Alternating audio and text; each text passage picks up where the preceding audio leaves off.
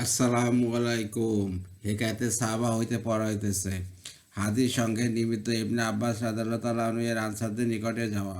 হযরত ইবনে আব্বাস রাদিয়াল্লাহু আনহু বলেন, হুজুর পাক সাল্লাল্লাহু আলাইহি ওয়াসাল্লাম এর ইন্তেকালের পর আমি জনৈক আনসারীকে বলিলাম, চলো ভাই আমরা সাহাবীদের নিকট যাই, সাহাবীদের নিকট হইতে মাসাল সময় জিজ্ঞাসা করিয়া মুখস্থ করিতে থাকি। আনসারী উত্তর করিলেন, সাহাবীদের বিরাট জামাত থাকা সত্ত্বেও লোকজন কি তোমার নিকট মাসালা জিজ্ঞাসা করিতে আসিবে? আনসারী হিম্মত করিলেন না।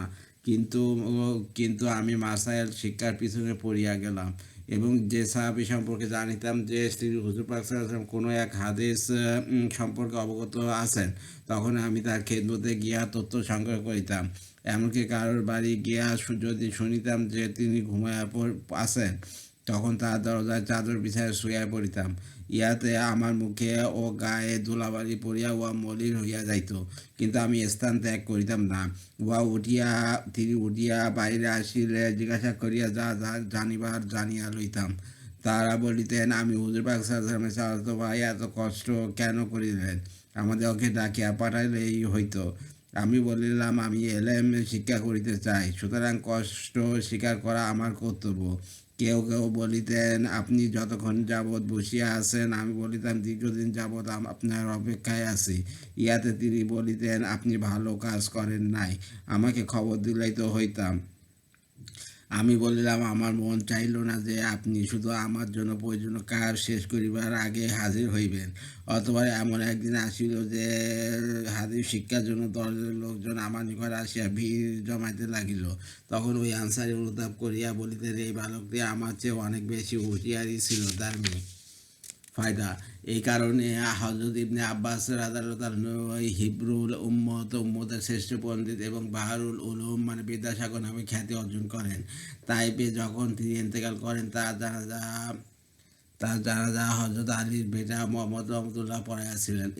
এও বলিয়াছিলেন, অদ্বৈ উম্মতের ইমামের আব্বাই বিদায় হইয়া গেল।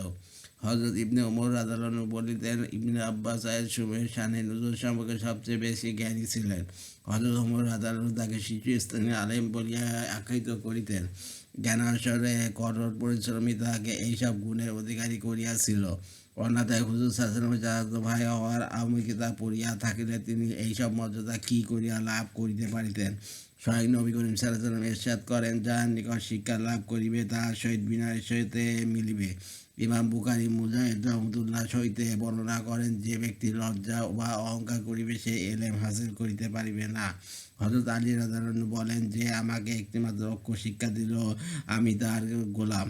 ইচ্ছা করিলে সে আমাকে আজাদ করিয়া দিতে পারে অথবা বিক্রি করিয়া দিতে পারে। ইয়াইয়া বিন কাসির রহমতুল্লাহ বলেন, বিলাসিতের ভিতর দিয়ে এলেম আসে না। ইমাম সাহাবী রহমতুল্লাহ বলেন, যে ব্যক্তি মনোযোগের সহিত এলেম তলব করে সে কখনো সফলকাম হইতে পারিবে না। আর যে ব্যক্তি বিনয় ও অনুরণনের ভিতর দিয়ে হাসিল করিতে চায় সে সফলকাম হইতে পারে। হযরত মুগীরা রহমতুল্লাহ বলেন, আমরা আপন ওস্তাদ ইব্রাহিম রহমতুল্লাহকে এইরূপ ভয় করিতাম, যে এইরূপ লোক বাদশাহকে ভয় করিয়া থাকে। ইমাম বুখারী ও মুহাদ্দিস ইয়াইয়া বিন মুঈন রহমতুল্লাহ মুহাদ্দিসগণের এত বেশি সম্মান করিতেন যে অতটুকু সম্মান আর কাউকে করিতে দেখি নাই। ইমাম আবু হানিফা রহমতুল্লাহ ইউসুফ রহমতুল্লাহ বলেন, বুজুর্গদের মুখে আমি এইরূপ শুনিয়াছি, যে ব্যক্তি ওস্তাদের ইজ্জত করে না সে কামিয়াব হইতে পারে না। উল্লেখিত ঘটনায় হযরত ইবনে আব্বাস রাদিয়াল্লাহু আনহু কর্তৃক ওস্তাদগণের সহিত যেমন চরম বিনয়ের নিদর্শন পাওয়া যায়, তেমনি এলেমের প্রতি তাকে গভীর অনুরাগও পরিলক্ষিত হয়। যেহেতু হাদিস সংগ্রহের ব্যাপারে তাহাকে অনেক কষ্ট ও পরিশ্রম করিতে হইয়াছিল। বাস্তবিক পক্ষে বিনা পরিশ্রমে এলেম তো দূরের কথা, সাধারণ বস্তু হাসিল হয় না। প্রবাদ বাক্য আছে, অর্থাৎ যে ব্যক্তি মর্যাদা লাভ করিতে চায় তাকে রাত্রি জাগরণ করিতে হয়। হারিস বিন ইয়াজিদ ইবনে সিবরেমা কাকা, তারপর মুগিরা রহমতুল্লাহ এই চারজন মুহাদ্দিস এশা থেকে ফজর পর্যন্ত জ্ঞান চর্চায় কাটিয়া দিতেন। লাইস বিন সাদ বলেন, ইমাম জুহরি রহমতুল্লাহ এশার পর উযু করিয়া হাদিস চর্চায় লিপ্ত হইয়া ওই বাসায় ফজর করিয়া দিতেন। ইমাম দারাওয়ার্দী রহমতুল্লাহ বলেন, ইমাম আবু হানিফা ও ইমাম মালিক রহমতুল্লাহ আক্রমণ ও মন্দভাব বিন অবস্থায় হাদিসের বিতর্কে একই বসায় ফজর পর্যন্ত থাকিতেন। ইবনে ফোরাত বাগদাদী রহমতুল্লাহ নামক একজন মুহাদ্দিসের ইন্তেকালের পর তার স্বহস্তে লিখিত 18 বাক্স কিতাব পাওয়া গিয়াছিল। বিখ্যাত মুহাদ্দিস ইবনে জাওজি রহমতুল্লাহ 3 বছর বয়সে এতিম হন। তারপর পরিশ্রমের নিদর্শন এই ছিল যে জুম্মার দিন ব্যতীত ঘর হইতে বাইর হইতেন না। একদিন মেম্বারে দাঁড়ায় বলেন যে আমার এই 2টা আঙ্গুলি দিয়া আমি 2000 কিতাব লিখিয়াছি। তার নিজ হাতে লিখিত 250 কিতাব ছিল। এক মুহূর্ত অযথা ব্যয় করিতেন না। দৈনিক 4 জুজ অর্থাৎ 64 পৃষ্ঠা লিখিবার অভ্যাস ছিল। কোনো কোনো সময় তার ক্লাসে লক্ষাধিক লোক হাজির হয়ে থাকিত। বাচ্চা এবং উমরাগণ পর্যন্ত তার দর্শে হাজির হইতেন। তিনি স্বয়ং বলেন যে 1 লক্ষ লোক তার শিষ্যত্ব গ্রহণ করেন ও 20,000 বিধর্মী তার হাতে ইসলাম গ্রহণ করেন। অবশ্য তখনকার দিনে শিয়া সম্প্রদায়ের খুব প্রভাব ছিল বিধায় ও তাহাকে অনেক দুঃখ কষ্ট ভোগ করিতে হইয়াছিল। হাদিস লিখিবার সময় কলমের অগ্রভাগে কাটা টুকরোগুলি তিনি জমা রাখিতেন এবং ওসিয়াত করেন যে মৃত্যুর পর ওইসব টুকরা দ্বারা যেন গোসলের পানি গরম করা হয়। কথিত আছে পানি গরম করিবার পর কিছুটা টুকরা বাকিও রইয়াছিল। বিখ্যাত মুহাদ্দিস ইয়াহিয়া ইবনে মুন রহমতুল্লাহ বলেন যে আমি নিজ হাতে 10 লক্ষ হাদিস লিপিবদ্ধ করিয়াছি। বিখ্যাত ঐতিহাসিক সাহাবা ও তাবেঈনদের জীবনী বিশেষজ্ঞ আল্লামা ইবনে জারির তাবারি রহমতুল্লাহ 40 বছর যাবৎ দৈনিক 40 পাতা করিয়া লিখিতেন। মৃত্যুর পর হিসাব করিয়া দেখা গেল যে তার সাবালক হওয়ার পর হইতে মৃত্যু পর্যন্ত গড় পর্দা দৈনিক 14 পাতা করিয়া লেখা হইয়াছে। তিনি তার জগৎ বিখ্যাত ঐতিহাসিক গ্রন্থ তারিখে তাবারি ও যখন লিখিবার সংকল্প করেন তখন লোকের কাছে প্রকাশ করেন যে একখানা বিশ্ব ইতিহাস লিখিলে তোমরা নিশ্চয়ই সন্তুষ্ট হইবে। লোকে জিজ্ঞাসা করিল প্রস্তাবিত ইতিহাসখানা কত বড় হইবে? তিনি বলিলেন আনুমানিক 30,000 পাতা হইবে। লোকে বলিল উহা শেষ করিবার পূর্বে আপনার জীবন শেষ হইয়া যাইবে। তিনি বললেন ইন্না লিল্লাহি, মানুষের হিম্মত আগ্রহ কত দুর্বল হইয়া গিয়াছে। অবশেষে তিনি উহাকে সংক্ষিপ্ত করিয়া মাত্র 3,000 পাতা লিপিবদ্ধ করেন। তার বিখ্যাত তাফসিরে তাবারি লিখিবার সময় এইরূপ ঘটনা হইয়াছিল। ইমাম দারে কুতনি রহমতুল্লাহ হাদিস সঙ্গে নিয়মিত বাগদাদ, বসরা, কুফা, মসাইদ, মিশর এবং সিরিয়া সফর করেন। একদিন ওস্তাদের মজলিসে বসিয়া অন্য একটি বই নকল করিতেছিলেন। জনৈক ছাত্ররা আপত্তি করিয়া বলিলেন আপনি অন্যমনস্ক কেন আছেন? তিনি বলিলেন আমার এবং তোমাদের মধ্যে যথেষ্ট পার্থক্য আছে। বলো দেখি ভাই, ওস্তাদ এই যাবৎ কয়েকটি হাদিস শুনিয়াছেন। সে চিন্তা করিতে লাগিল। ইমাম দারে কুতনির তৎক্ষণাৎ বলিলেন ওদাদি মোর 18টি হাদিস শুনাইয়াছেন। এই বলিয়া তিনি 1000 সনদ সহ এ সমস্ত হাদিস মুখস্থ শুনাইয়া দিলেন।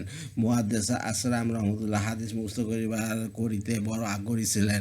হজের মৌসুমে একদিন তিনি খোরাসানের 2টি মুহাদ্দিসকে হারাম শরীফে পৃথকভাবে 2 দল ছাত্রকে হাদিস শুনাইতে দেখিলেন। তিনি 2 দলের মাঝখানে বসিয়া একই সময় উভয় মুহাদ্দিস হাদিস সমূহ লিখিয়া ফেলেন। বিখ্যাত মুহাদ্দিস আব্দুল্লাহ বিন মুবারাক রহমতুল্লাহ কঠোর পরিশ্রমী ছিলেন। তিনি নিজে বলেন আমি 4000 উস্তাদ হইতে হাদিস সংগ্রহ করি। আলী ইবনুল হাসান রহমতুল্লাহ বলেন একদিন ভীষণ শীতের রাতে আমি এবং ইবনে মুবারাক রহমতুল্লাহ মসজিদে বাইর হইয়া একটি হাদিসের আলোচনা লাগিয়া গেলাম। শেষ পর্যন্ত সেই মসজিদের নিকটে আমাদের রাত্রির প্রভাত হইয়া গেল। বিখ্যাত মুহাদ্দিস হুমায়দির বুখারী ও মুসলিম শরীফের সমুদায় হাদিস সমূহ একত্রিবদ্ধ করেন। সারা রাত্রি লিখিতেন। গরমের দিনে ভীষণ গরমের সময় একটি প্রকাণ্ড বরতনে পানি ভর্তি করিয়া ওই পানির ভিতরে বসিয়া লিখিতেন। নির্জনে থাকিতে ভালোবাসতেন। তিনি কবি ছিলেন। তার কবিতায় 2টি ছন্দ এইরূপ, অর্থাৎ মানুষের সংসর্গে আজে বাজে কথা ব্যতীত আর কোনো ফায়দা নাই, সুতরাং লোকের সহিত মেলামেশা কম করিতে থাকো। তবে এলেম শিক্ষার জন্য ওস্তাদের সহিত এবং নফসে ইসলাহের জন্য কোনো শায়েখের সহিত মেলাকাত করিতে পারো। মুহাদ্দিস ইমাম তিবরানী লিখিত গ্রন্থবলী দেখিয়া কেউ জিজ্ঞাসা করিয়াছিল এত সব গ্রন্থ লেখা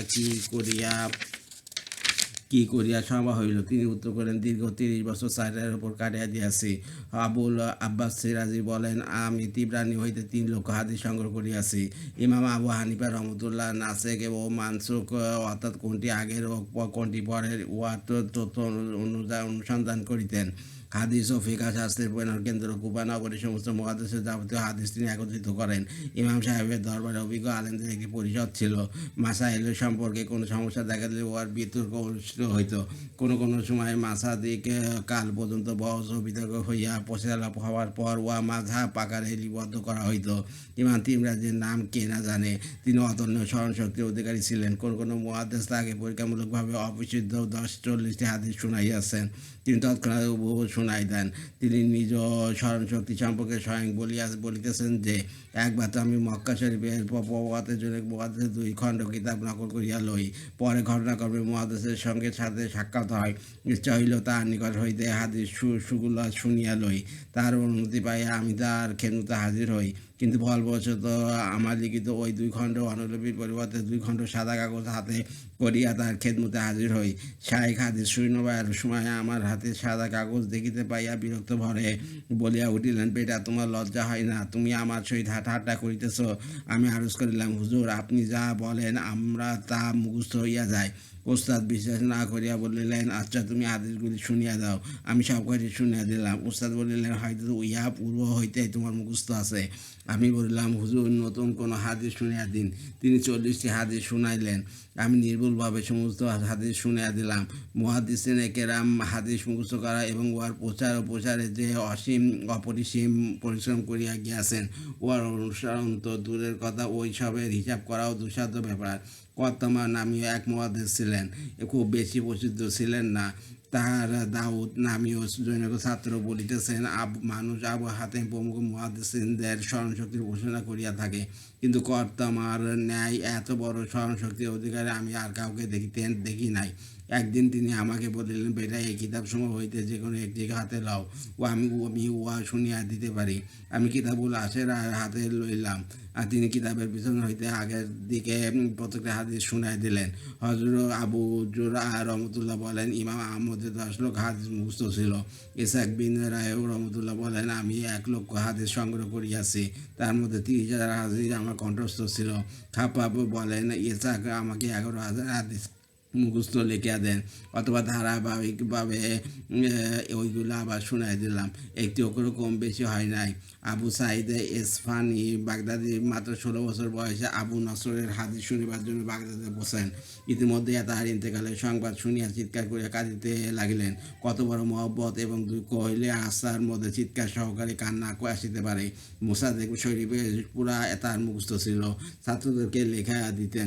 তিনি 11 বার হজ করিয়াছিলেন। খাবার খাইতে বসিলে কান্নায় চক্ষু ভরিয়া যাইত। আবু ইমাম জারির রহমতুল্লাহ জন্মন্ধ ছিলেন, অথচ হাফেজে হাদিস ছিলেন। ফিকহ, ইতিহাস, ফরাইজ এবং অঙ্কে পারদর্শী ছিলেন। আবুল হুসাইন ইসফানি বুখারীর মতন বলিলে তিনি সনদ, এবং সনদ বলিলে তিনি মতন বলিয়া দিতেন। শেখ তকিউদ্দিন বালকাবি মাত্র 4 মাসের মধ্যে সমস্ত মুসলিম শরীফ কণ্ঠস্থ করিয়া ফেলেন। কুরআন শরীফ ও বুখারীর হাফেজ ছিলেন। কথিত আছে, একদিন সূরা আনাম মুখস্থ করিয়া ফেলেন। ইমাম নাসাই ছাত্র ইবনু সুন্নি জীবনের শেষ মুহূর্ত পর্যন্ত লিখিয়া গিয়াছেন। তার পুত্র বলেন, আব্বা বাজান লিখিতে লিখিতে দোয়াতের মধ্যে কলম রাখিয়া দোয়ার জন্য হাত উঠাইলেন। ওই অবস্থায় তার ইন্তেকাল হইয়া যায়। আল্লামা সাসি ফিকহ শাস্ত্র আয়ত্ত করেন অথবা হাদিসে মনোযোগ দেন। তিরমিজি শরীফ 6 বার নিজ হাতে লেখেন। ইবনে মান্দারের নিকট গারায়েবে কোবরা পড়িতেছিলেন। ঠিক ওই অবস্থায় ঈশা নামাজের পর ইবনে মান্দার ইন্তেকাল হইয়া যায়। ছাত্র হইতে ওস্তাদের এলেমের আগ্রহ অধিক প্রকাশ পাইল, যেহেতু জীবনের শেষ মুহূর্ত পর্যন্ত পড়াইয়া গেলেন। আবু আমর খাপাবের 1 লক্ষ হাদিস কণ্ঠস্থ ছিল। ইমাম বুখারীর ওস্তাদ হাসেম বিন আলী রহমতুল্লাহ যখন বাগদাদ নগরীতে পৌঁছান, তখন তার ছাত্র সংখ্যা 1,20,000 পর্যন্ত হইয়াছিল। কোনো কোনো সময় সকলের কানে হাদিসের শব্দ পৌঁছাবার জন্য একটা শব্দ কয়েকবার করিয়া বলা হইত।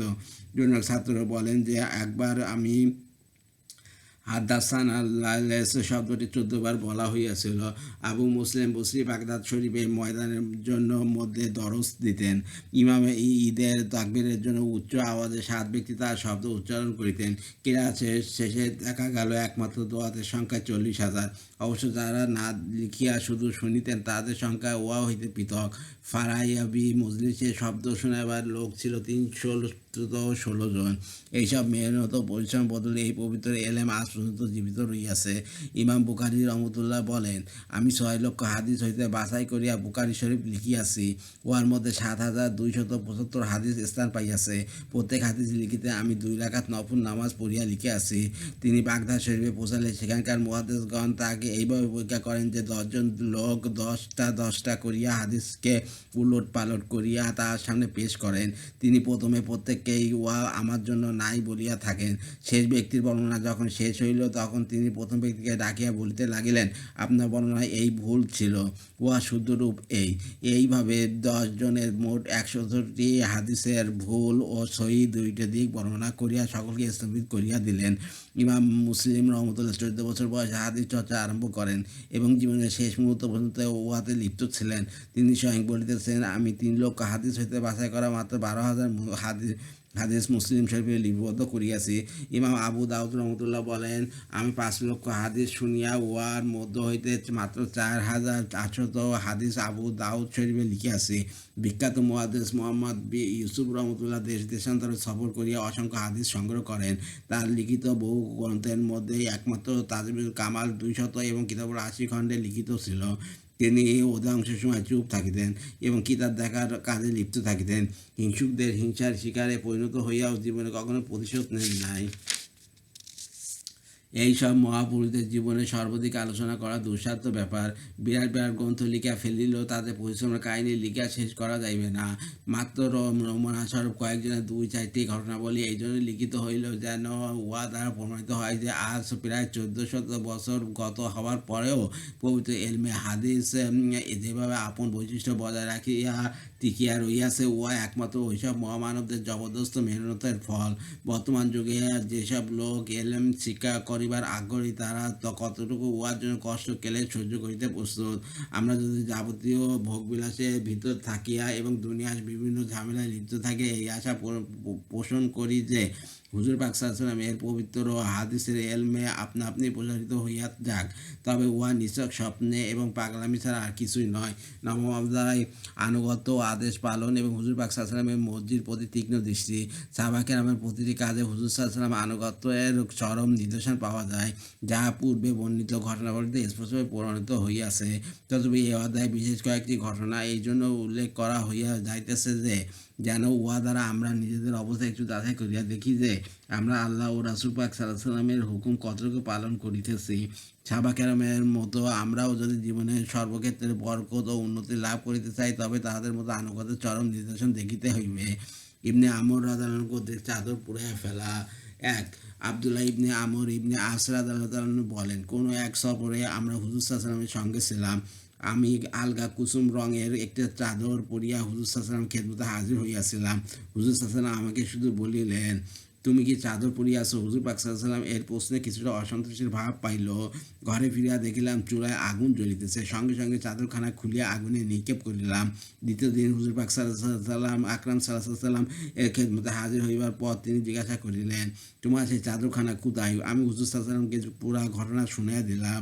হুজুর সাল্লাল্লাহু আলাইহি ওয়াসাল্লাম বলিলেন, কোনো একজন মেয়ে লোককে দিয়া দিলেই তো হইতো, কেননা তাদের পড়ায় কোনো দোষ নাই। আবু দাউদ।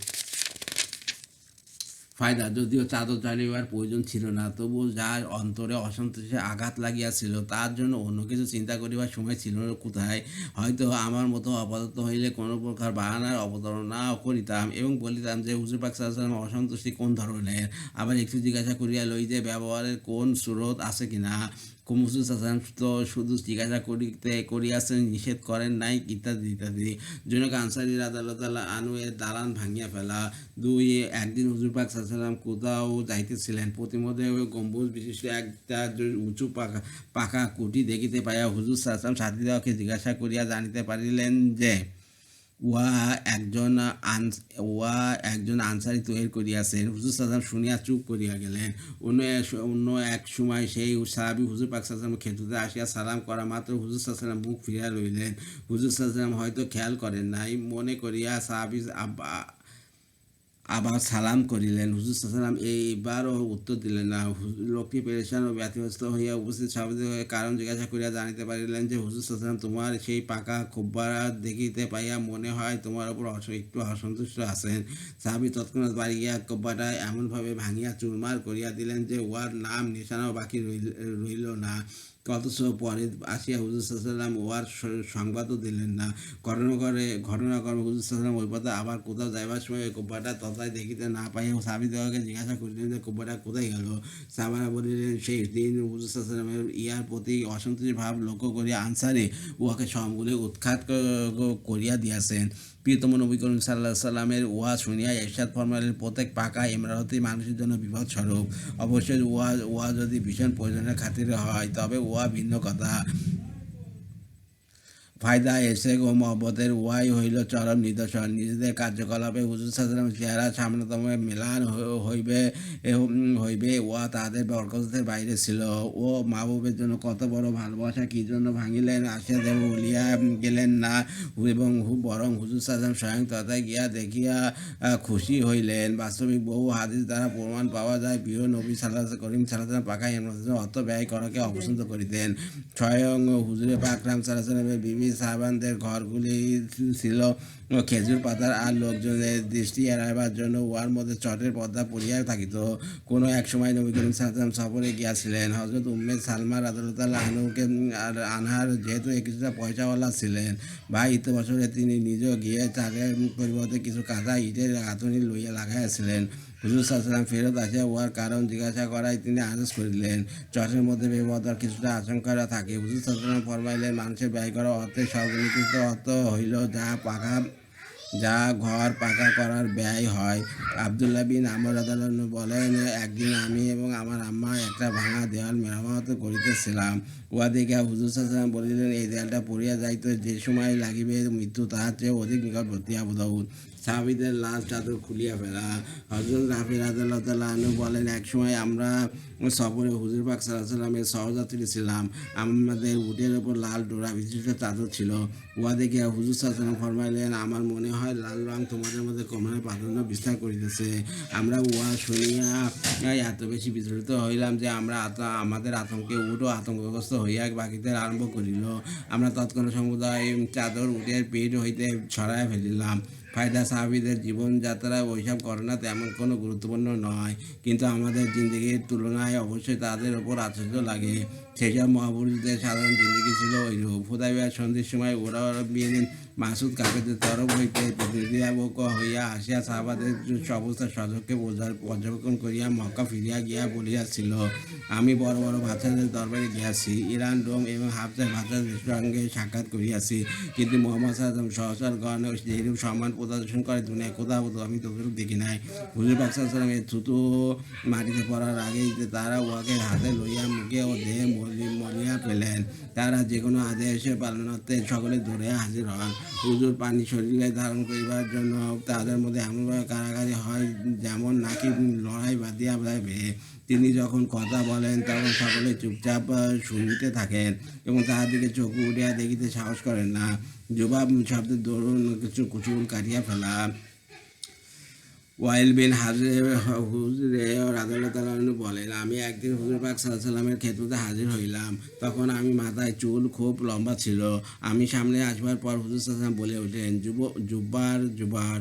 আমার মনে হলো হুজুর সাল্লাল্লাহু আলাইহি ওয়াসাল্লাম চুল দেখিয়া ফরমাইছেন আমি বাড়িতে গিয়া চুল কাটিয়া ফেলি। দ্বিতীয় দিন যখন খেদমতে হাজির হই, নবী সাল্লাল্লাহু এসেজ করেন, আমি তোমাকে কিছু বলি নাই, তবে তুমি যা করিয়াছ ভালো করিয়াছ। জুব্বা শব্দের অর্থ অমঙ্গল বা খারাপ কাজ। হুজুর সাল্লাল্লাহু আলাইহি ওয়াসাল্লাম এর আনুগত্যের কি চরম দৃষ্টান্ত। ইশারা পাইবার সাথে সাথে ইহা যদিও তাহা ভুল হইয়াছে, উহা পালন করিতে বিন্দুমাত্র বিলম্ব করিল না। ইসলামের প্রাথমিক অবস্থায় নামাজের মধ্যে কথা বলা জায়েজ ছিল, পরে উহা নিষিদ্ধ হইয়া যায়। আব্দুল্লাহ বিন মাসুদ রাদিয়াল্লাহু নিষিদ্ধ হওয়ার কথা না জানিয়া একদিন নামাজের ভিতর হুজুর সাল্লাল্লাহু আলাইহি ওয়াসাল্লামকে অভ্যাস মতো সালাম দিয়া বসিলেন। হুজুর সাল্লাল্লাহু আলাইহি ওয়াসাল্লাম কোনো উত্তর দিলেন না। তিনি বলেন, হুজুর সাল্লাল্লাহু আলাইহি ওয়াসাল্লামের উত্তর না দেওয়াতে নতুন পুরাতন বহু কথা আসিয়া আমাকে ঘিরিয়া ফেলিল। হুজুর পাক সাল্লাল্লাহু আলাইহি ওয়াসাল্লামের নারাজি সম্পর্কে বিভিন্ন রকম দুশ্চিন্তা আসিয়া আমাকে ব্যথা দিতে লাগিল। সালাম ফিরিয়া হুজুর সাল্লাল্লাহু আলাইহি ওয়াসাল্লাম যখন সালামের উত্তর না দেওয়ার কারণ বুঝিয়া বলিলেন, তখন যেন আমাদের নতুন প্রাণ আসিল। হযরত কুরাইম আসাদি রাদিয়াল্লাহু আনহু একটি ঘটনা দামেস্কের শহরে সল বিন হানজালা রাদিয়াল্লাহু আনহু নামীয় এক সাহাবী বাস করিতেন। লোকজনের সহিত মেলামেশা না করিয়া শুধু নামাজ, তাসবিহ, তাহলিল ইত্যাদিতে লিপ্ত থাকিতেন। মসজিদে আসা যাওয়া করিতেন। বিখ্যাত সাহাবী হযরত আবু দারদা রাদিয়াল্লাহু আনহু তার আসা যাওয়ার পথেই থাকিতেন। তিনি হযরত সহর রাদিয়াল্লাহু আনহুর নিকট দিয়া যাইবার কালে হুজুর পাক সাল্লাল্লাহু আলাইহি ওয়াসাল্লামের জামানায় কিছু নসিহতপূর্ণ ঘটনা বলিয়া যাইতে দরখাস্ত করিতেন। তিনি তাই করিতেন। যথারীতি অনুরোধ করিবার পর একদিন হযরত সহর রাদিয়াল্লাহু আনহু বলিলেন, একবার নবী করিম সাল্লাল্লাহু আলাইহি ওয়াসাল্লাম ইরশাদ করেন, খুরাইম আসাদি রাদিয়াল্লাহু আনহু এর মধ্যে দুইটা দোষ না থাকিলে বড় ভালো ছিল। প্রথমত তার মাথার চুল বড় লম্বা, কিন্তু সেই লুঙ্গি টাকটুকিরা নিচে পড়ে। লোক মারা পথে এই কথা শুনিয়া পাইতে একটি চাকু দিয়া কানের নিচে চুল কাটিয়া ফেলিলেন এবং টাকটুকির অনেক উপরে লুঙ্গি পরিতে লাগিলেন। ইবনে ওমর রাদিয়াল্লাহু কর্তৃক পুত্রের সাথে কথা বর্জন। হযরত আব্দুল্লাহ ইবনে ওমর রাদিয়াল্লাহু একদিন বলিলেন যে, হুজুর পাক সাল্লাল্লাহু আলাইহি ওয়াসাল্লাম ইরশাদ করিয়াছেন, মেয়ে লোকদেরকে তোমরা মসজিদে যাইতে অনুমতি দাও। ইবনে ওমর রাদিয়াল্লাহু এর একজন পুত্র উত্তর করিলেন, আমরা তো অনুমতি দিতে পারি না, কেননা ভবিষ্যতে এই বিষয়কে কেন্দ্র করিয়া নারী স্বাধীনতা, ফাসাদ এবং বলাকিনী অবস্থার সৃষ্টি হইতে পারে। ইবনে ওমর রাদিয়াল্লাহু ইহাতে অতিমাত্রা অসন্তুষ্ট হইয়া পুত্রকে ভালো মন্দ কিছু শুনিয়া দিলেন ও তারপর বলিলেন, আমি হুজুর পাক সাল্লাল্লাহু আলাইহি ওয়াসাল্লামের ইরশাদ শুনিলাম, আর তুই বলিস যে আমরা অনুমতি দিতে পারি না। অথবা পুত্রের সহিত কথাবার্তা চিরতরে বন্ধ করিয়া দিলেন। ফায়দা ইবনে ওমর রাদিয়াল্লাহু এর উক্তির মধ্যে একটা যুক্তি ছিল। অবস্থা দৃষ্টে তিনি বলিয়াছিলেন যে উহাতে নানা প্রকার ফাসাদ সৃষ্টি হইতে পারে। স্বয়ং আম্মাজান হযরত আয়েশা রাদিয়াল্লাহু আনহা বলেন, হুজুর পাক সাল্লাল্লাহু আলাইহি ওয়াসাল্লাম যদি এই জামানায় দেখিতেন তবে তিনি মেয়ে লোকদেরকে মসজিদে যাইতে নিষেধ করিতেন। অথচ সেই জামানা হুজুর সাল্লাল্লাহু আলাইহি ওয়াসাল্লামের জামানা খুব দূরে ছিল না। কিছু দশক হতে নবী সাল্লাল্লাহু আলাইহি ওয়াসাল্লামের ইরশাদ শুনিয়া বেদাত কেন তোবার প্রতিবাদ করিল। এই জন্য সারাটি জীবন তার সহিত কথা বলা সহ্য করিলেন না। অবশ্য মেয়েদের মসজিদে যাওয়ার ব্যাপারে সাহাবারাও অনেক অসুবিধার সম্মুখীন হইয়াছিলেন। একদিকে হুজুর সাল্লাল্লাহু আলাইহি ওয়াসাল্লামের ইরশাদের গুরুত্ব, অপরদিকে ফাসাদের জামানা। বলা হয় যে হযরত আতিকা রাদিয়াল্লাহু আনহা মেয়ের কয়েক নেকাহ হইয়াছিল, হযরত উমরা রাদিয়াল্লাহু আনহুর সহিত নেকাহ হইয়াছিল, কিন্তু তিনি বারবার মসজিদে গমন করিতেন। কেউ তাকে বলিল, আপনার মসজিদে যাওয়া হযরত ওমর রাদিয়াল্লাহু আনহু না পছন্দ করেন। তিনি উত্তর করিলেন, তা হইলে তিনি নিষেধ করিয়া দিতে পারেন। হযরত ওমর রাদিয়াল্লাহু আনহুর ইন্তেকালের পর জুবাইর রাদিয়াল্লাহু আনহুর সহিত তার বিয়ে হয়। তখনও তিনি মসজিদে গমন করিতেন, কিন্তু বাধা দিতে সাহসও করিতেন না। একদিন এই চক্রান্ত করিলেন যে এশার নামাজের সময় আতেকার যাতায়াত পথে আত্মগোপন করিয়া বসিয়া গেলেন।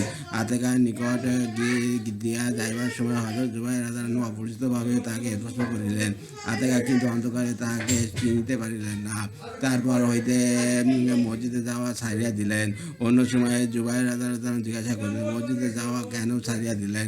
আতেকা রাদিয়াল্লাহু আনহার উত্তর করিলেন, এখন আর সেই জামানা নাই। কসর নামাজ সম্পর্কে ইবনে ওমর রাদিয়াল্লাহু আনহুকে জিজ্ঞাসা করা। হযরত আব্দুল্লাহ ইবনে ওমর রাদিয়াল্লাহু আনহুকে কেউ জিজ্ঞাসা করিল, জনাব, কোরআন শরীফে মুকিমের নামাজ এবং ভয়ভীতের নামাজের উল্লেখ আছে, কিন্তু কসরের নামাজের কোনো উল্লেখ নাই। তিনি উত্তর করিলেন, বাচ্চা শোনো, আল্লাহ পাক হুজুর পাক সাল্লাল্লাহু আলাইহি ওয়াসাল্লামকে নবী করিয়া পাঠাইয়াছেন। আমরা গণ্ডমূর্খ ছিলাম, কিছুই জানিতাম না। অতএব তাহাকে যা কিছু করিতে দেখিয়াছি আমরা তাহাই করিব। ফায়দা অর্থ হইল, প্রত্যেক মাসালা পরিষ্কারভাবে কোরআনে বর্ণিত থাকা কোনো জরুরি নয়। আমলের জন্য নবী করিম সাল্লাল্লাহু আলাইহি ওয়াসাল্লামের বাণী যথেষ্ট। স্বয়ং হুজুর পাক সাল্লাল্লাহু আলাইহি ওয়াসাল্লাম ইরশাদ করেন, আমাকে কোরআন শরীফ দেওয়া হইয়াছে, তদনুরূপ আরও আহকাম দেওয়া হইয়াছে। শীঘ্রই এমন এক যুগ আসিবে যখন উদারভর্তি লোকেরা আরাম কেদায় বসিয়া বলিতে থাকিবে, আমাদের জন্য কোরআন শরীফই যথেষ্ট। উহার মধ্যে যা কিছু আছে তার উপর মজবুত করিয়া আমল করিলেই চলিবে। উদারভর্তি লোক এই জন্য বলা হইয়াছে যে মানুষ একমাত্র ধন সম্পদের অহংকারে এইরূপ বল্গাহীন উক্তি করিয়া থাকে। হুজুর পাক সাল্লাল্লাহু আলাইহি ওয়াসাল্লামের আদেশ অমান্য করা। ইবনে মুবাশশির রাদিয়াল্লাহু আনহুর ভাতিজার সহিত কথা বর্জন। হযরত আব্দুল্লাহ বিন মুবাশশির রাদিয়াল্লাহু আনহু এর একজন যুবক ভাতিজপুত্র পাথরের ঢিল ছুঁড়িয়া খেলিতেছিল। হযরত আব্দুল্লাহ রাদিয়াল্লাহু আনহু উহা দেখিয়া বলিলেন, ভাতিজা, উহা খেলিও না, কেন আমি প্রিয় নবী সাল্লাল্লাহু আলাইহি ওয়াসাল্লামকে বলিতে শুনিয়াছি, এই খেলায় কোনো লাভ নাই, শিকারও করা যায় না, শত্রুর কোনো ক্ষতি করা যায় না, অথচ হঠাৎ হঠাৎ কারোর গায়ে লাগিলে চক্ষুও নষ্ট হইতে পারে, দাঁতও ভাঙিয়া যাইতে পারে। ভ্রাতুষ্পুত্র বাচ্চা ছিল, তাই চাচার অলক্ষ্যে আবার খেলতে লাগিল। চাচা দেখিয়া বলিলেন, বেটা, আমি তোমার নিকট হুজুর পাক সাল্লাল্লাহু আলাইহি হাদিস শুনাইলাম, কিন্তু ভূক্ষেপ না করিয়া সেই খেলা আবার খেলিতেছ। আমি কসম করিয়া বলিতেছি, জীবনে আর কোনো সময় তোমার সাথে কথা বলিব না। অন্যতা আসিয়াছে, আর কসম আল্লাহ, তোমার জানাও শরীক হইব না। অসুস্থ হলে তোমার দেখাশোনা করিব না। ফায়দা পাথরের ছোট টুকরা হাতে লইয়া দূরে নিক্ষেপ করাকে খজব খেলা বলে। উহা দ্বারা কোনো শিকার বা অন্য কোনো উপকার তো হয় না, বরং অনেক চক্ষু যাওয়ার আশঙ্কা বেশি। হুজুর পাক সাল্লাল্লাহু আলাইহি ওয়াসাল্লাম এর হাদিসের প্রতি কর্ণপাত না করাতে হযরত আব্দুল্লাহ রাদিয়াল্লাহু আনহু বাচ্চা হওয়া সত্ত্বেও ভাতিজার সহিত চিরতরে যাবতীয় সংসার ত্যাগ করেন। আর আমরা সকাল থেকে সন্ধ্যা পর্যন্ত হুজুর পাক সাল্লাল্লাহু আলাইহি ওয়াসাল্লামের বাণী জানিয়া প্রত্যাখ্যান করিতেছি। হাকিম ইবনে হাজাম রাদিয়াল্লাহু আনহু কর্তৃক সওয়াল না করিবার প্রতিজ্ঞা। হাকিম ইবনে হাজাম রাদিয়াল্লাহু আনহু নামক জনৈক সাহাবী হুজুর পাক সাল্লাল্লাহু আলাইহি ওয়াসাল্লামের নিকট হাজির হইয়া কিছু প্রার্থনা করিলেন। হুজুর পাক সাল্লাল্লাহু আলাইহি ওয়াসাল্লাম তাহা দিয়া দিলেন। অন্যদিন আবার যখন চাইলেন, হুজুর সাল্লাল্লাহু আলাইহি ওয়াসাল্লাম আবার তাহা পূরণ করিলেন। তৃতীয় দিন আবার যখন চাইলেন, হুজুর পাক সাল্লাল্লাহু আলাইহি ওয়াসাল্লাম এবারও দান করিয়া বলিলেন, দেখো হাকিম, এই মাল সবুজ বাগিচার সমতুল্য, বাহ্যিক নজরে বড় মিষ্টি, তবে উহার দোস্তর হইল যদি লোভহীন অন্তরে উহা উপার্জন করা হয়, তবে উহাতে বরকত পাওয়া যায়। আর যদি লোভের বশবর্তী হইয়া হাসিল করা হয়, উহাতে বরকত হয় না, ওই বরং উহাতে গাভীর ক্ষুধার মতো যতই খায় পেট ভরে না। হাকিম রাদিয়াল্লাহু তাআলা আরজ করলেন, ইয়া রাসূলুল্লাহ, আজিকার পর থেকে হইতেই প্রতিজ্ঞা করিলাম, জীবনে আর কাউকে বিরক্ত করিব না। হযরত আবু বকর সিদ্দিক রাদিয়াল্লাহু তাআলা তার খেলাফতের যুগে হযরত হাকিমকে বাইতুল মাল হইতে কিছু ওজীফা দিবার প্রস্তাব করিয়াছিলেন, কিন্তু তিনি তা প্রত্যাখ্যান করেন। অতঃপর হযরত ওমর রাদিয়াল্লাহু জামানায় তাহাকে অনুরোধ করা সত্ত্বেও তিনি উহা অস্বীকার করেন। হযরত হুযায়ফা রাদিয়াল্লাহু কর্তৃক গুপ্তচর বৃত্তি। হযরত হুযায়ফা রাদিয়াল্লাহু ফরমাইয়াছেন, খন্দকের যুদ্ধে একদিকে মক্কার কাফেরগণ এবং তাদের মিত্রপক্ষ, আবার আরবের বিভিন্ন গোত্রের কাফেরগণ আমাদের উপর আক্রমণ করিতে আসিয়াছিল। আবার অপরদিকে মদিনার বনী কুরাইজা আর ইহুদীগণের দিক থেকেও আমরা সবসময় সন্ত্রস্ত ছিলাম, এই ভাবিয়া যে তারা মদিনা শরীফকে খালি পাইয়া আমাদের পরিবার পরিজন সবাইকে ধ্বংস করিয়া দেয় নাকি। আমরা শহরের বাইরে যুদ্ধক্ষেত্রে অবস্থান করিতেছিলাম। ওইদিকে মুনাফিকগণ বাড়িঘর খালি থাকার অজুহাতে হুজুর সাল্লাল্লাহু আলাইহি ওয়াসাল্লামের অনুমতি লইয়া বাড়ি ফিরিতেছিল। হুজুর পাক সাল্লাল্লাহু আলাইহি ওয়াসাল্লাম তাহাদিগকে উদারচিত্তে অনুমতি দিতে লাগিলেন। এমন সময় একদা রাত্রিবেলা অতি ভয়ানক ঝড় উঠিল যে ইতিপূর্বে তারপর আমরা কত বড় ঝড় আর কখনো দেখি নাই। এত ভীষণ অন্ধকার যে মানুষ নিজের নিকটস্থ লোক তো দূরের কথা, নিজের হাত নিজেই দেখিতেছিল না। ঝড়ের গর্জন বিজলির গর্জনের চেয়ে ভয়ঙ্কর ছিল। আমরা ৩০০ জনের বাহিনী সেখানে অবস্থান করিতেছিলাম। হুজুর সাল্লাল্লাহু আলাইহি ওয়াসাল্লাম সেই ভীষণ অন্ধকারে ঘুরিয়া আমাদের অবস্থা পর্যবেক্ষণ করিতেছিলেন। ইতিবছরে হুজুর সাল্লাল্লাহু আলাইহি ওয়াসাল্লাম যখন আমার নিকট পৌঁছালেন, তখন আমার নিকট কোনো অস্ত্র ছিল না, শীতের বস্তুও ছিল না, ছিল শুধুমাত্র একখানা চাদর। উহা আমার স্ত্রীর ছিল। আমি উহাতে পড়িয়া কোনো মতে হাঁটু পাতিয়া জমিনের উপর বসিয়া রইলাম। হুজুর সাল্লাল্লাহু আলাইহি ওয়াসাল্লাম জিজ্ঞাসা করিলেন যে, কে তুমি? উত্তর করিলেন, আমি হুযায়ফা। কিন্তু প্রচণ্ড শীতের দরুন আমি না উঠিয়া বরং লজ্জায় আরো বড়সড় হইয়া জমিনে চাপিয়া রইলাম। হুজুর সাল্লাল্লাহু আলাইহি ওয়াসাল্লাম ইরশাদ করিলেন, ওঠো, শত্রু দলের ভিতর গিয়া তাদের অবস্থা পর্যবেক্ষণ করিয়া আসো। তখন ভয়ভীতি এবং ঠান্ডায় আমিও সবচেয়ে বেশি দুর্দশাগ্রস্ত ছিলাম, কিন্তু প্রিয় নবী সাল্লাল্লাহু আলাইহি ওয়াসাল্লাম হুকুম শিরোধার্য করিয়া তৎক্ষণাৎ আমি উঠিয়া পড়িলাম। আমি যখন রওনা হইলাম, হুজুর সাল্লাল্লাহু আলাইহি ওয়াসাল্লাম তখন আমাকে এই বলিয়া দোয়া করিলেন যে, আয় আল্লাহ, তুমি হুযায়ফাকে অজ্ঞ পশ্চাতে ডানে বামে উপরে নিচে হেফাজত করো। হুযায়ফা রাদিয়াল্লাহু আনহু বলেন, এই কথা বলা মাত্র আমার ভয়ভীতির তীব্র শীত একেবারে উড়িয়া গেল। প্রত্যেক কদমে মনে হইতে লাগিল যেন আমি গরমের ভিতর দিয়া গড়িয়াছি।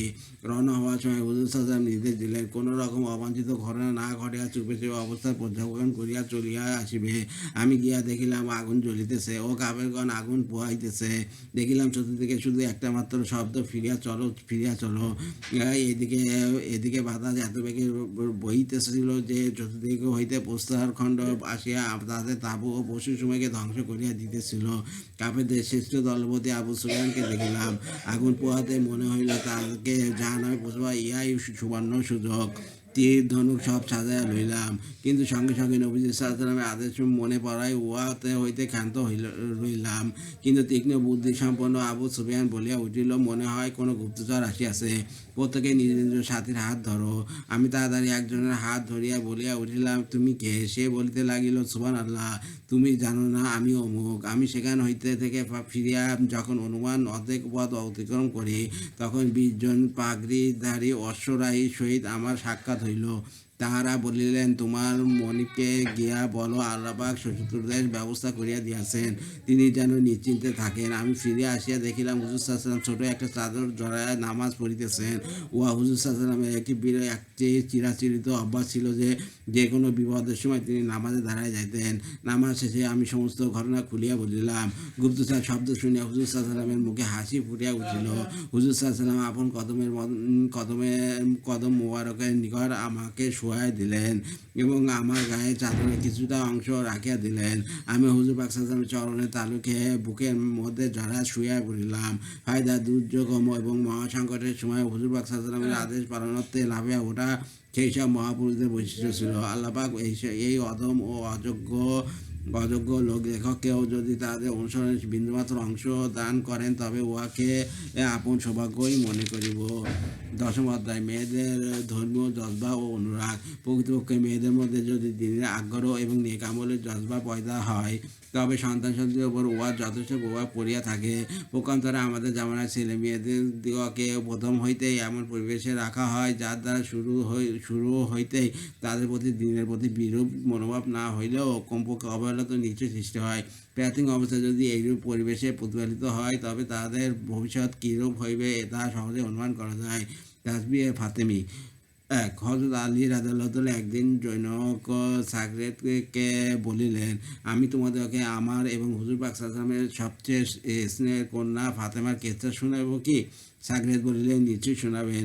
তিনি বলিতে লাগিলেন, ফাতেমা রাদিয়াল্লাহু আনহা নিজ হাতে আটা পিষিতেন, যার জন্য তার হাতে দাগ পড়িয়া গিয়াছিল, এবং স্বয়ং মহেশ ভরিয়া পানি আনিতেন, যাহার দরুন তাহার বুকের ওপর মস্কের রশির দাগ পড়িয়া গিয়াছিল। আবার নিজ হাতে ঘর ঝাড়ু দিতেন, যে কারণে প্রায় কাপড় চোপড় ময়লাযুক্ত থাকিত। একদিন হুজুর পাক সাল্লাল্লাহু আলাইহি ওয়াসাল্লামের দরবারে কিছু গোলাম বাদী আসিয়াছিল। আমি ফাতেমাকে বলিলাম, তুমিও গিয়া হুজুর পাক সাল্লাল্লাহু আলাইহি ওয়াসাল্লামের নিকট হইতে একজন খেদমতগার চাইয়া আনো, যা প্রতি চেয়ে আনো। হুজুর পাক দরবারে গেলেন। তখন দরবারে যথেষ্ট লোক ছিল। তিনি অত্যন্ত লাজুক ছিলেন বিধায় সম্মুখে কিছু না চাইয়া ফিরে আসিলেন।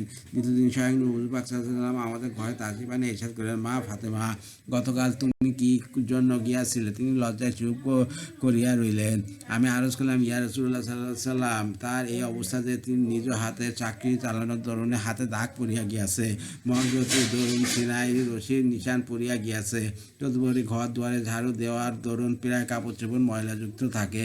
তাই গতকাল আমি বলিয়াছিলাম, হুজুরের খেদমতে গিয়া একজন খাদেম আনুন, এই জন্য গিয়াছিল।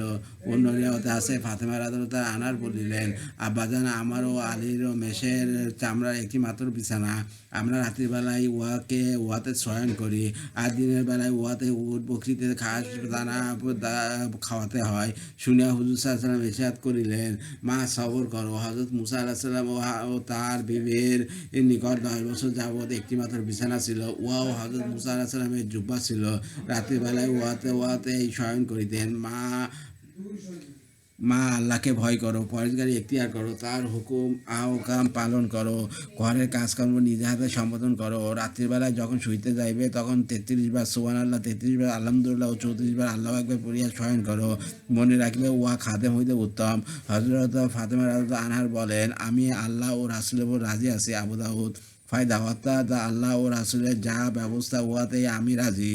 উহা ছিল দুজনের বাচ্চাদের সংসার জীবন। আর আজকাল আমরা কেউ 2 পয়সার মালিক হইয়া বসিলে সংসারের কাজকর্ম তো দূরের কথা, ব্যক্তিগত কাজকর্ম আমাদের দ্বারা সম্ভব হয় না। এমনকি পায়খানার লোটাটাও চাকর দ্বারা বহন করানো হয়।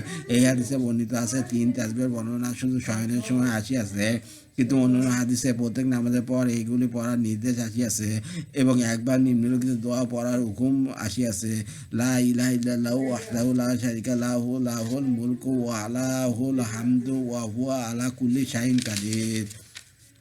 আম্মাজান হযরত আয়েশা রাদিয়াল্লাহু আনহার দানশীলতা। একবার আম্মাজান হযরত আয়েশা রাদিয়াল্লাহু আনহার খেদমতে লক্ষাধিক টাকার 2 বস্তা দিরহাম আসে। তিনি তৎক্ষণাৎ একটি রেকাবি হাতে লইয়া উহা ভর্তি করিয়া সন্ধ্যা পর্যন্ত দিরহাম দান করিয়া দিলেন। এক কপটও রাখিলেন না। নিজে রোজাদার ছিলেন। সন্ধ্যার সময় বাদে ইফতারের জন্য একটি রুটি এবং কিছু জয়তুনের তৈল পেশ করিয়া আরজ করিল, একটা দিরহামের গোস্ত খরিদ করিয়া আনিলে কত না ভালো হইত, উহা দ্বারা ইফতার করিতে পারিতেন। আম্মাজান বলিলেন, এখন আর অভিযোগ করিয়া লাভ কি? সেই সময় স্মরণ করিয়া দিলেই তো হইত। ফায়দা হযরত আয়েশা রাদিয়াল্লাহু আনহার খেদমতে ওই রকম নজরানা ও হাদিয়া হযরত আমির মুয়াবিয়া ও আব্দুল্লাহ বিন জুবায়ের রাদিয়াল্লাহু প্রমুখ পাঠাইতেন, কিন্তু তিনি অকাতরে সব বিলাই দিতেন। কত বড় বদান্যতা! ও 25,000 টাকার বিরাট অংশ দান করিয়া দিলেন, অথচ ইফতারের জন্য একটি দিরহামও রাখিতে ভুলিয়া গেলেন।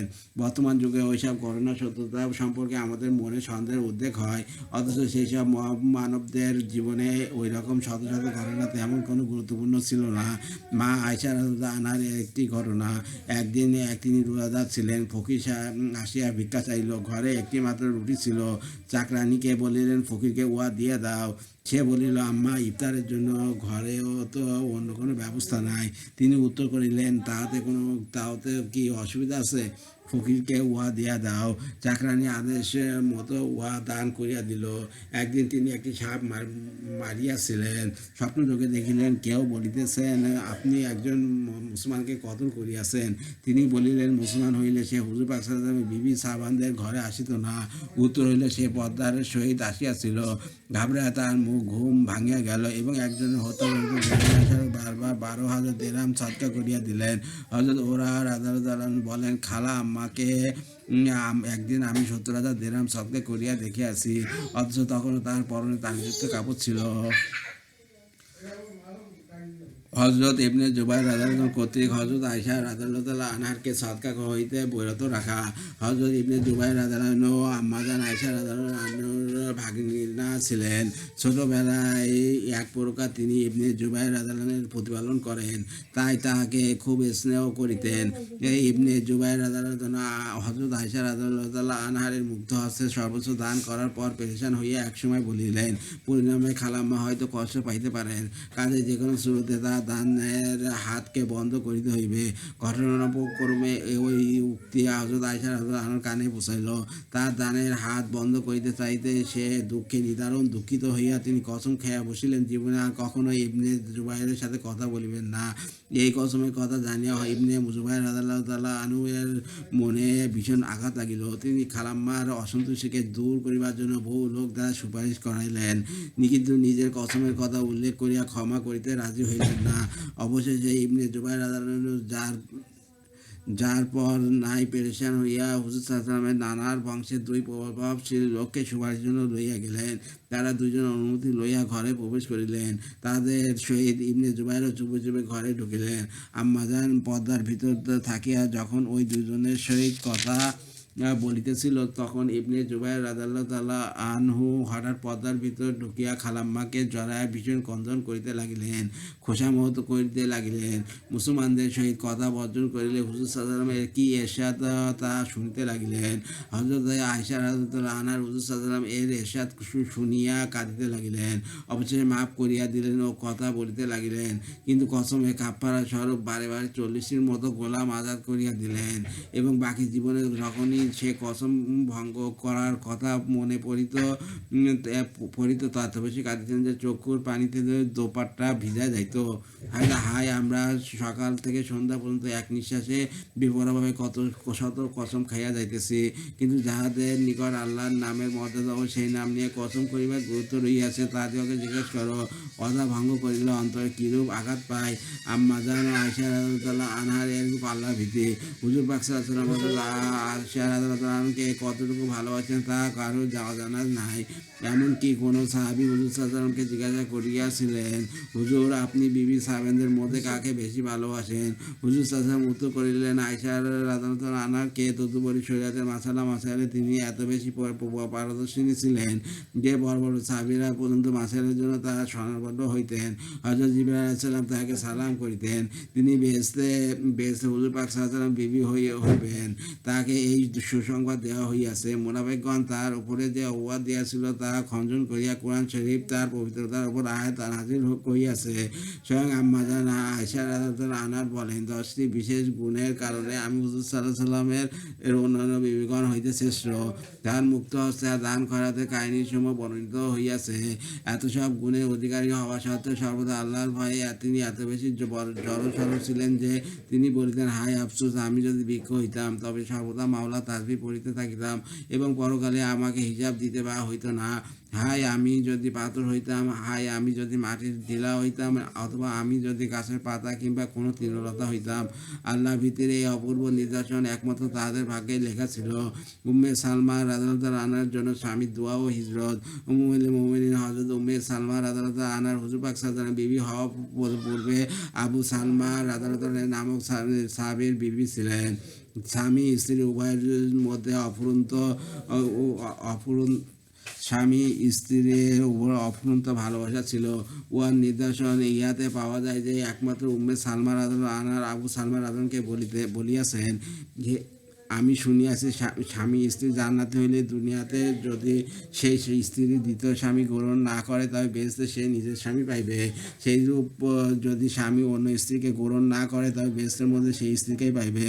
সুতরাং আসুন আমরা প্রতিবদ্ধ হই যে আমাদের মধ্যে যে কেউ আগে মারা গেলে অন্যজন আর দ্বিতীয় বিয়ে করিবে না। আবু সালমা বলিলেন, তুমি কি আমার কথা শুনিবে? উম্মে সালমা রাদিয়াল্লাহু আনহা বলিলেন, আমি তো আপনার কথা মানিবার জন্যই পরামর্শ করিতেছি। আবু সালমা রাদিয়াল্লাহু আনহু বলিলেন, তবে তুমি আমার পর অন্য স্বামী গ্রহণ করিও।